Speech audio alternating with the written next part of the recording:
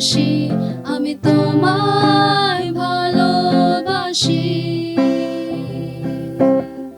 তুমি আমার শক্তি, তুমি ছাড়া নাই মুক্তি, আমি তোমায় কে বুঝি। যিশু ভালোবাসি, কি যে ভালোবাসি, আমি তোমায় ভালোবাসি। তুমি আমার শক্তি, তুমি ছাড়া নাই মুক্তি, আমি তোমায় কে বুঝি। আমার শক্তি, আমার ভালোবাসা, এমন কোনো নামে নাই আশা। পাপী হলেও তিনি দেন দেখা, কোলে তুলে ক্ষমা করেন পিতা। আমার শক্তি, আমার ভালোবাসা, এমন কোনো নামে নাই আশা। পাপী হলেও তিনি দেন দেখা, কোলে তুলে ক্ষমা করেন পিতা। তুমি এমন পিতা, প্রেমময় পিতা, বেদনায় থাকেন সদা। পড়ে গেলে ধরেন, বুকে টেনে তোলেন, তিনি প্রেমময় পিতা। তুমি এমন পিতা, প্রেমময় পিতা, বেদনায় থাকেন সদা। পড়ে গেলে ধরেন, বুকে টেনে তোলেন, তিনি প্রেমময় পিতা। আমার শক্তি, আমার ভালোবাসা, এমন কোনো নামে নাই আশা। পাপী হলেও তিনি দেন দেখা, কোলে তুলে ক্ষমা করেন পিতা। আমার শক্তি, আমার ভালোবাসা, এমন কোনো নামে নাই আশা। পাপী হলেও তিনি দেন দেখা, কোলে তুলে ক্ষমা করেন পিতা। যিশু ভালোবাসি, কি যে ভালোবাসি, আমি তোমায় ভালোবাসি। তুমি আমার শক্তি, তুমি ছাড়া নাই মুক্তি, আমি তোমায় কে বুঝি। আমি তোমায় কে বুঝি, আমি তোমায় কে বুঝি। আসুন আমরা ঈশ্বরের ধন্যবাদ এবং মহিমা করি যে তিনি আমাদের সারাটি সপ্তাহ সুন্দর সুরক্ষা করে আবার এই বিশ্রাম দিনে তার চরণতলে আসতে সুযোগ দিয়েছেন। এবং আজকের দিনে বিশ্রাম দিন, প্রভুর দিন, আমরা সকলেই জানি। হয়তো অনেক সময় অনেকভাবে আমরা দূরে সরে যেতে চাই, অথবা আমাদের শরীর এই সভাগৃহে থাকে কিন্তু আমাদের মন বিভিন্ন স্থানে ঘুরে বেড়ায়। আর এই বর্ষা বাদলের দিনে হয়তো আমরা নানা অজুহাতে আমরা চাই না যে আমরা ঈশ্বরের কাছে আসি। তবু আমাদের ইচ্ছা হয় যেন আমরা ঈশ্বরের কাছে থাকি এবং ঈশ্বরের সঙ্গে চলি। আসুন আমরা আমাদের সভা আরম্ভ করার পূর্বে প্রার্থনা করি। পরম করুণাময় স্বর্গীয় পিতা, তোমার ধন্যবাদ করি যে তুমি আমাদের বিগত সপ্তাহ সুন্দর সুরক্ষা করে আবার এই বিশ্রাম দিনের চরণতলে নিয়ে এসেছো। এবং আমরা কতিপয় যারা এখানে উপস্থিত আছি, তুমি আমাদের প্রত্যেকে সাহায্য করো এবং আমাদের আশীর্বাদ করো, যেন আমরা তোমার বচন শুনে সেইভাবে আমাদের জীবন যাপন করতে পারি। আমাদের পাপ সকল ক্ষমা করো, অধর্ম মার্জনা করো, যিশুর নামে চাই, আমেন। আজকে আমি এমন একটা বিষয় আপনাদের সঙ্গে আলোচনা করতে চাই, সেটা হলো, আমরা বাইবেলে জানি যে অপব্যয় পুত্র, তার আরেকটা দিক হলো তার বড় ভাই। বাইবেলে যেভাবে লেখা আছে, এক লোকের দুই পুত্র ছিল। ছোট জন এসে একদিন বাবাকে বলল, বাবা আমি আর তোমার কাছে থাকতে চাই না, আমার অংশে যে কিছু আছে তুমি সেইগুলি আমাকে বুঝিয়ে দাও, আমি দূর দেশে কোথায় গিয়ে সেইখানে বসবাস করব। বাবা দুঃখিত হবার পরেও তিনি তাকে তার প্রাপ্য পয়সা যা কিছু ছিল তিনি দিয়ে দিলেন এবং সে হৃষ্টচিত্তে চলে গেল। আমরা আমাদের সেই বিষয়ে সময় যাপন করব না, কিন্তু ভাগ্যের কি নির্মম পরিহাস। আমরা জানি না কতদিন পরে, 1 বছর 2 বছর, অথবা সে এমন পরিস্থিতি যে সে এখন ফিরে এসেছে এবং ফিরে আসার পরে বাবার যে আনন্দ সেটা দেখে সে আপ্লুত। তবুও সে কান্না ভেজা কণ্ঠে বলল, বাবা আমি তোমার ছেলে নামের যোগ্য নই, তুমি আমাকে তোমার ঘরের একজন চাকর হিসাবে তুমি আমাকে রাখো। কিন্তু বাবা না শুনে তিনি তার জন্য এক বিরাট ভোজের আয়োজন করলেন। এখন এইভাবে দেখা যায়, আমরা যদি দেখি যে লূক 15 অধ্যায় 25 থেকে 32 পদে যে উদাহরণ দেওয়া আছে, যেভাবে লেখা আছে, সেখানে লেখা আছে যে 25 পদ থেকে আমি পড়ছি। সেই সময় তার বড় ছেলে মাঠে ছিল।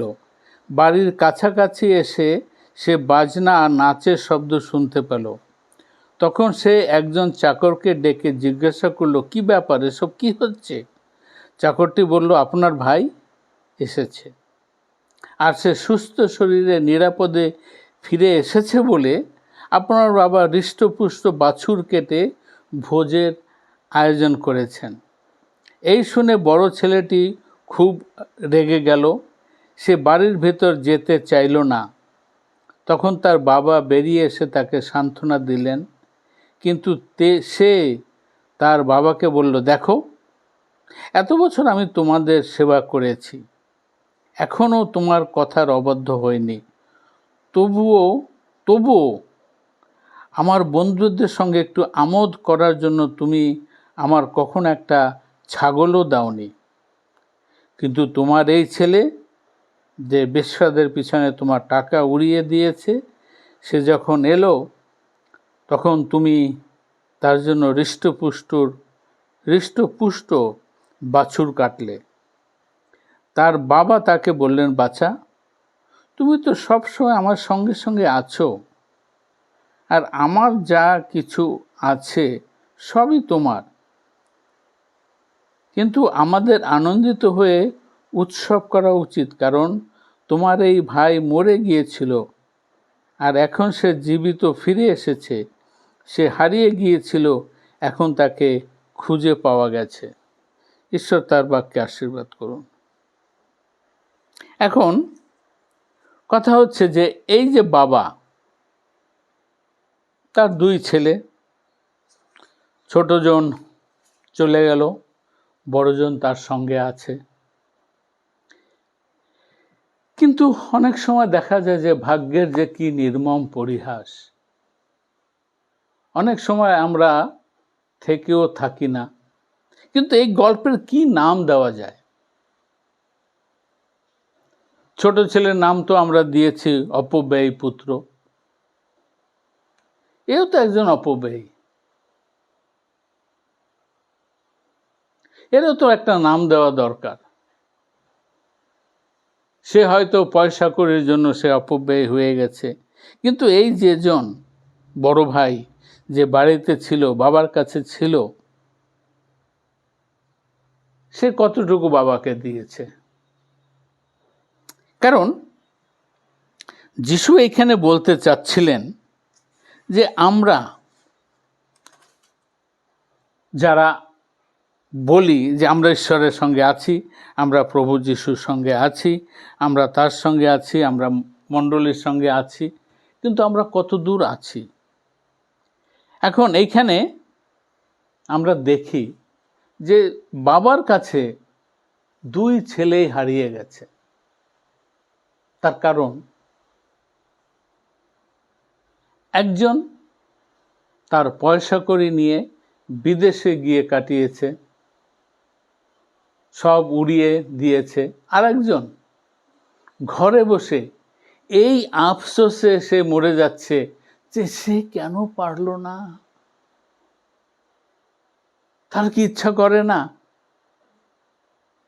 কিন্তু ওই একটা কথা তার মনের মধ্যে সবসময় বাজে, আমার তো বাবার সঙ্গে থাকতে হবে, কারণ আমি যদি বাবার সঙ্গে না থাকি, কারণ পুরাতন নিয়ম অনুসারে এখানে লেখা আছে 2 বিবরণ 21 অধ্যায় 17 পদে যে তোমরা জানিও বড় ছেলে বাবার যত সম্পত্তি আছে সেই হিসেবে এখানে লেখা আছে বাবার সম্পত্তির 2 অংশ 3 ভাগ হবে, এবং যত ছেলে হবে সেই ছেলেদের হিসেবে ভাগ হবে, কিন্তু বড় ছেলে জ্যেষ্ঠ ছেলে হিসাবে সে 2 গুণ বেশি পাবে। তো এখানে স্পষ্ট লেখা আছে যে সব কিছু থেকে এখন তার মনের মধ্যে একটা জিনিসই সবসময় ঘুরপাক খাচ্ছে, ঘুরপাক খাচ্ছে আর ঘুরপাক খাচ্ছে আর ঘুরপাক খাচ্ছে। কারণ সে তার মনে একটা আনন্দ, আরে ছোট ভাই চলে গেছে, কিন্তু সব তো আমার। বাবা কিভাবে পারলো আমার জিনিস নষ্ট করতে? এখন আমরা পৃথিবীতে দেখি এই অবস্থা। অনেকে আমরা নিজেদেরকে কোনো কিছুর, যেমন ধর্মীয় অথবা সামাজিক ঠেকেদার হিসাবে নিজেদের বানাই, নিজেদের সেইভাবে প্রচার করি যে আমার দ্বারা, আমার ছাড়া কিছুই হবে না, আমি সব কিছু করব। কিন্তু এই যে ভাই, বড় ভাই, তারই একই অবস্থা। আপনারা কখনো বড় শহরে গিয়ে কোনোদিন দেখেছেন যে আপনি একা,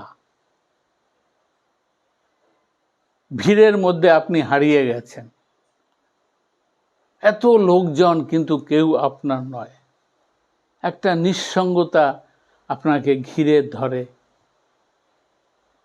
আরে এই অবস্থা, আমার কেউ নাই, আমি কারোর সঙ্গে কথা বলতে পারি না, কেউ আমাকে জিজ্ঞেসও করে না। এখন সেই বড় ছেলের সেই একই অবস্থা। সে বলছে যে বাবা কিভাবে পারলো। এখন কথা হচ্ছে এখানে যে বড় ছেলে হিসাবে সে হলো পরিবারের একজন দায়িত্ববান ছেলে, বাবার পরে তার স্থান, এবং সে একজন লিডার, সর্দার হিসাবে সে চলবে। সে বাবার সব কাজকর্ম সে দেখাশোনা করবে এবং বাবার কাজে সে সাহায্য করবে।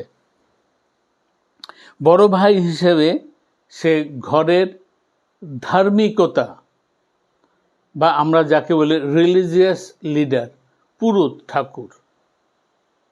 বাবা নেই তো বড় ভাই সংসারের সব দায়িত্ব সামলাবেন।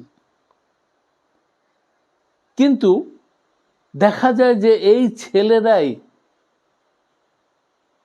যখন বাবা মায়ের কথা শোনে না, আমরা এলি ভাববাদের কথা এখানে উল্লেখ করতে পারি। এলি ভাববাদী চেয়েছিলেন যেন তার দুই ছেলে হফনি এবং পিনহাস তারা তারপরে যাজক হবে, কিন্তু ছেলেদের সেদিকে কোনো পরোয়া নাই, তারা গণ্যই করে না বাবা মাকে, বাবার কথাই শোনে না। সেই জন্য ঈশ্বর শমূয়েলকে বেছে নিলেন এবং শমূয়েলের সঙ্গে তিনি কথা বললেন। আপনারা যদি জানতে চান, এখানে লেখা আছে প্রথম শমূয়েল 16 অধ্যায় 7 পদে। এবং শমূয়েল যখন,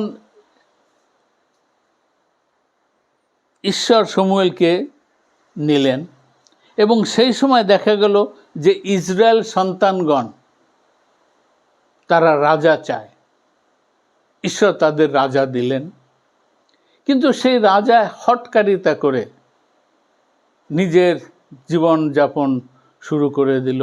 সে ঈশ্বরের অবাধ্য হয়ে, শৌলের কথা বলছি, তখন ঈশ্বর বললেন যে আমি আর একজন রাজা খুঁজতে চাই যে আমার মনের মতো হবে। এবং শমূয়েল 16 অধ্যায় 7 পদে আমি যেখানে বললাম, শমূয়েল যখন গেল সেই দাউদের পিতা বাড়িতে এবং সেইখানে গিয়ে যখন তার ছেলেরা এলো, প্রথম ছেলে, বড় ছেলেকে দেখে ওরা বাহ বাহ বাহ, কত সুন্দর, কত লম্বা চওড়া, কত সুন্দর দেহ। প্রভু বললেন, না শমূয়েল, তুমি বাইরের দিকটা দেখবে না, কারণ আমি তাহাকে অগ্রাহ্য করিয়াছি। আমাদের বাইরের চাকচিক্য কিছুই না। যিশু এই যে কথাটা তিনি বললেন, তিনি কেন এই উদাহরণটা দিলেন দুই ভাইয়ের সম্বন্ধে? বড় ছোট ভাইয়ের সম্বন্ধেও লেখা আছে, বড় ভাইয়ের সম্বন্ধেও লেখা আছে। একজন জঙ্গলে হারিয়ে গেল, বাড়ির থেকে দূরে চলে গেল, আর একজন ঘরে বসে সে হারিয়ে গেছে। সে না বাবার সঙ্গে আছে, না ঘরের সঙ্গে আছে। তার মনের মধ্যে সবসময় চিন্তা, আরে আমি যদি একটু পারতাম আমোদ প্রমোদ করতে, আমি যদি পারতাম এই কাজটা করতে, আমি যদি পারতাম অমুক কাজটা করতে। কিন্তু কে বলেছে তাকে এই সমস্ত মানা করে? সে করুক, কিন্তু সে একটা মুখোশ এঁটে বসে আছে যে আমি তো বড় ছেলে, আমাকে একটু ভালো হতে হবে, আমাকে সুন্দর হতে হবে, আমার বড় বড়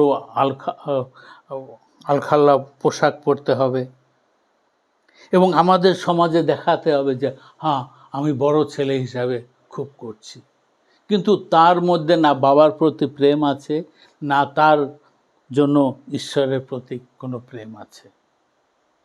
কারণ তাই যদি থাকতো তাহলে সে এই সময় বলতো না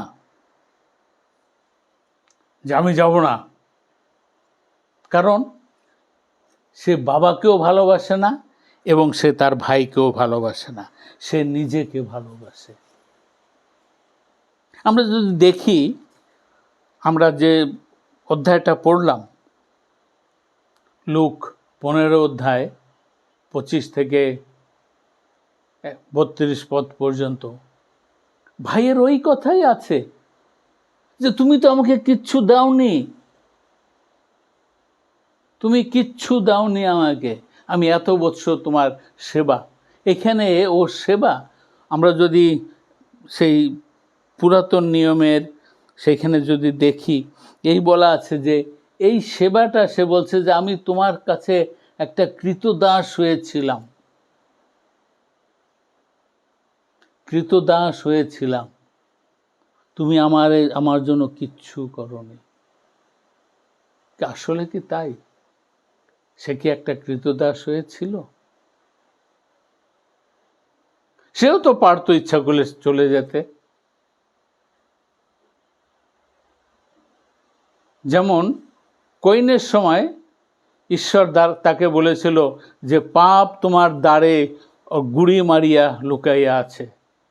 তার মানে কইন হেবলকে মারার পরেও, হত্যা করার পরেও সে স্বীকার করে নাই। সে বলছে আমি কি আমার ভাইয়ের রক্ষক? আমি তো কিচ্ছুই করি নাই।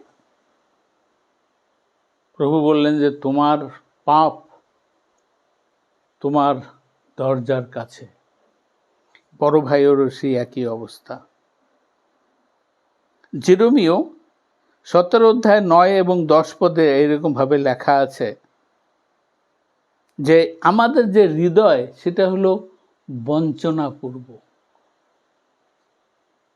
আমরা জানি না আমাদের মন কোন সময় কিভাবে কি করবে, কিন্তু অনেক সময় আমরা সেটাকে সামলাই, অনেক সময় আমরা সেটাকে সামলাতে পারি না। কিন্তু আমরা যদি তাকে সামলাতে না পারি, আপনারা যারা লিখতে চান লিখতে পারেন, জেরেমিয়া 17 অধ্যায় 9 এবং 10 পদে। আমাদের পরিত্রাণ আমাদের হাতে, আমরা যদি না চাই কোনোভাবেই পারব না। এখন কথা হচ্ছে যে প্রভু যিশু তিনি বললেন যে বিষয়টা সেই নয় যে আমাদের মনের পরিবর্তন প্রয়োজন। ঠিক আছে, ছোট ভাই চলে গেছে, বড় ভাই ছিল, সে তো তাকে বুঝাতে পারত, বলে ভাই তুই কেন এরকম করিস, প্লিজ ফিরে আয়, তুই জানিস বাবা কত দুঃখ পাবে, তুই চলে গেলে আমি কার সঙ্গে নিয়ে থাকবো, আমি কার সঙ্গে কথা বলবো, তুই তো আমার একজন ভালো বন্ধু। কিন্তু সে তা করেনি। সে যদি চলে যায় তো আমার পক্ষেই ভালো। আমাদের মনের পরিবর্তন হওয়াটাও অনেক প্রয়োজন। যেমন যোহন 3 অধ্যায় 3 পদ এবং 7 পদে এখানে এরকম লেখা আছে যে যদি কেহ জল এবং আত্মা হইতে পুনরায় জন্মগ্রহণ না করে তাহার কাছে পরিত্রাণ আসবে না। সুতরাং আমরা দেখি যে এই যে বড় ভাই, তার কাছে সুযোগ থাকা সত্ত্বেও সে তার সুযোগের সদ্ব্যবহার করে নাই। যেমন বাবার প্রতি তার কোনো রকম ভালোবাসা ছিল না, তার ছোট ভাইয়ের প্রতিও তার কোনো রকম ভালোবাসা ছিল না। এই ভালোবাসা না থাকার দরুন সে এইভাবে সে রূঢ়ভাবে কর্কশ শব্দে তার বাবার সঙ্গে সে কথা বলেছিল। সে বলছে আমি যাব না ভিতরে, কিন্তু তার বাবা বললেন যে আমার যা কিছু আছে তা তো তোমার। কারণ তারা 2 ভাই, তাদের সম্পত্তি 3 ভাগ হবে এবং 3 ভাগের 1 ভাগ সে নিয়ে চলে গেছে এবং 2 ভাগ যা আছে সেটা তার। ছোট ভাই বাবাকে এসে বলছে যে বাবা আমি তোমার পুত্র হিসেবে নয়, আমি তোমার ঘরে একজন চাকর হিসেবে থাকতে চাই। কিন্তু বড় ভাই তো সেটা জানে না, সে তো চিন্তা করে যে বাপ রে বাপ, এ তো আমাকে এখন খেয়ে পড়ে শেষ করে দেবে। এই হলো আসল বিষয়, যে সে দেখল যে বাবা তার সম্পত্তি, এখন সে চিন্তা করে না এটা বাবার সম্পত্তি, সে চিন্তা করে বাবা আমার সম্পত্তি এবং বাবা আমার সম্পত্তিতে বসে আছে, সুতরাং বাবার কাছে থেকে আমি এইটা আশা করিনি। সে সোজাসুজি বলেনি, কিন্তু সে এইটা প্রকাশ করলো যে বাবা তুমি কিভাবে পারলে যে আমার জিনিস তুমি এরকম নষ্ট করতে। একজন ধন সম্পদ অপচয় করে এসছে, একজন তার চিন্তা, তার পবিত্রতা, তার ধার্মিকতা সব কিছু জলাঞ্জলি দিয়ে সে এইখানে বসে আছে। যদি আমরা সেই ধর্মের আতশ কাঁচ দিয়ে দেখি, দুইজনই সমান, কেউ সেখানে দেখা যাবে না কাউকে। সুতরাং আমরা দেখি, এখন এইখানে আমরা দেখি যে মানুষের মধ্যে 2 রকম প্রবৃত্তি আছে। একরকম মানুষ যারা অন্যকে দুঃখী দেখে খুশি হয়, এবং আরেকজন মানুষ অন্যের দুঃখে দুঃখী হয়ে তাকে সাহায্য করার চেষ্টা করে। যেমন জোনা, সে তখন সেই এক জায়গায় দূরে গিয়ে বসে আছে, আমি দেখতে চাই নিনবী শহর কিভাবে ঈশ্বর ধ্বংস করেন। সে চাচ্ছিল যেন নিনবী শহর ধ্বংস হয়ে যায়। কিন্তু সে লতা যখন তার মাথার উপরে এলো, সে বলল, আহা, কত শান্তি, কত মজা। কিন্তু রাত যখন সেটা শুকিয়ে যায়, পরের দিন সকালবেলা সে দেখলো যারে গাছটা শুকিয়ে গেছে, সে ক্রুদ্ধ হইল। ঈশ্বর বললেন, এই তোমার ভালোবাসা মানুষের প্রতি? একটা গাছ তোমাকে ছায়া দিচ্ছিল আর তার জন্য তোমার এখন অনুতাপ হচ্ছে, তুমি তার জন্য আফসোস করছো। তুমি কি চিন্তা করো না যে এতগুলি লোক যদি মরে যায়, 1,20,000 লোক, আমার কি একটু দুঃখ হবে না? আমরা অনেক সময় অনেক কিছু করি, জেনেও করি, না জেনেও করি। বাইবেলে লেখা আছে, একটা লোক যেভাবে বলে সে সেই বিষয়ে চিন্তা করে। এবং আরেকটা বিষয় আছে, সেটা আমাদের জাগতিক কথা, সেটা লেখা আছে ইংলিশে এরকম বলে, show me your friends and I will tell you who you are. তোমার বন্ধুদেরকে আমাকে দেখাও, আমি তোমাকে বলে দেব তুমি কী রকম। আমরা যেরকম, আমরা সেই রকমভাবে আমাদের বন্ধুদের চয়ন করি। সুতরাং এই বিশ্রাম দিনে শুধু আমরা এইটুকুই বলতে চাই যে আমাদের মধ্যে অনেকেই আছে, হয়তো আমরা সেই বড় ভাইয়ের ভূমিকাটা নির্বাহ করতে চাই। আমরা চাই সব কিছু আমাদের মত অনুসারে হোক। আমরা চাই যেন আমরা যা বলি সেইভাবে চলে। যেখানে আমার কিছু বলার প্রয়োজন নাই, আমিও সেইখানে চাই যেন তারাও আমার কথা শোনে।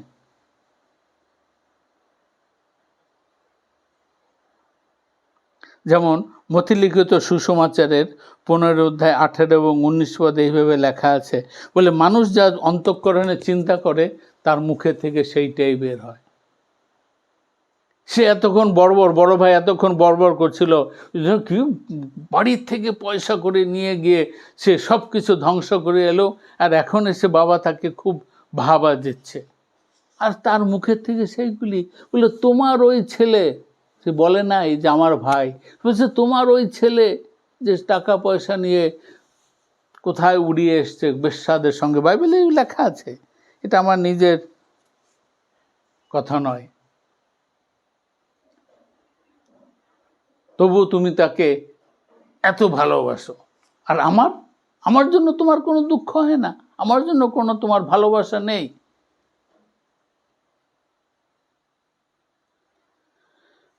বন্ধুগণ, আমরা যারা প্রভুতে আছি, আমাদের অনেক কিছু দরকার।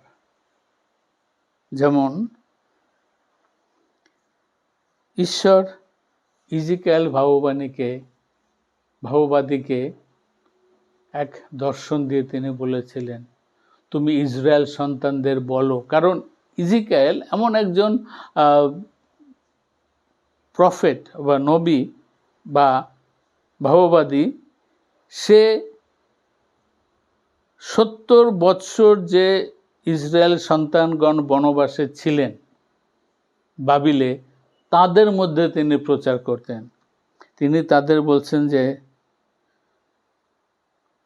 তোমাদের মধ্যে যে হৃদয় আছে, ইংলিশে এইভাবে লেখা আছে, I will give you a new heart and put a new spirit within you. বলছে আমি তোমার এক মাংসের হৃদয় দিব এবং তার মধ্যে আমার আত্মা স্থাপন করিব। তার কারণ আমাদের অন্তঃকরণ এখন হয়ে গেছে সেই পাথরের মতো। সুতরাং আমরা শুধু এইটুকুই বলতে পারি যে ঈশ্বর আমাদের থেকে দূরে নন, আমরা ঈশ্বরের কাছ থেকে দূরে সরে যাই।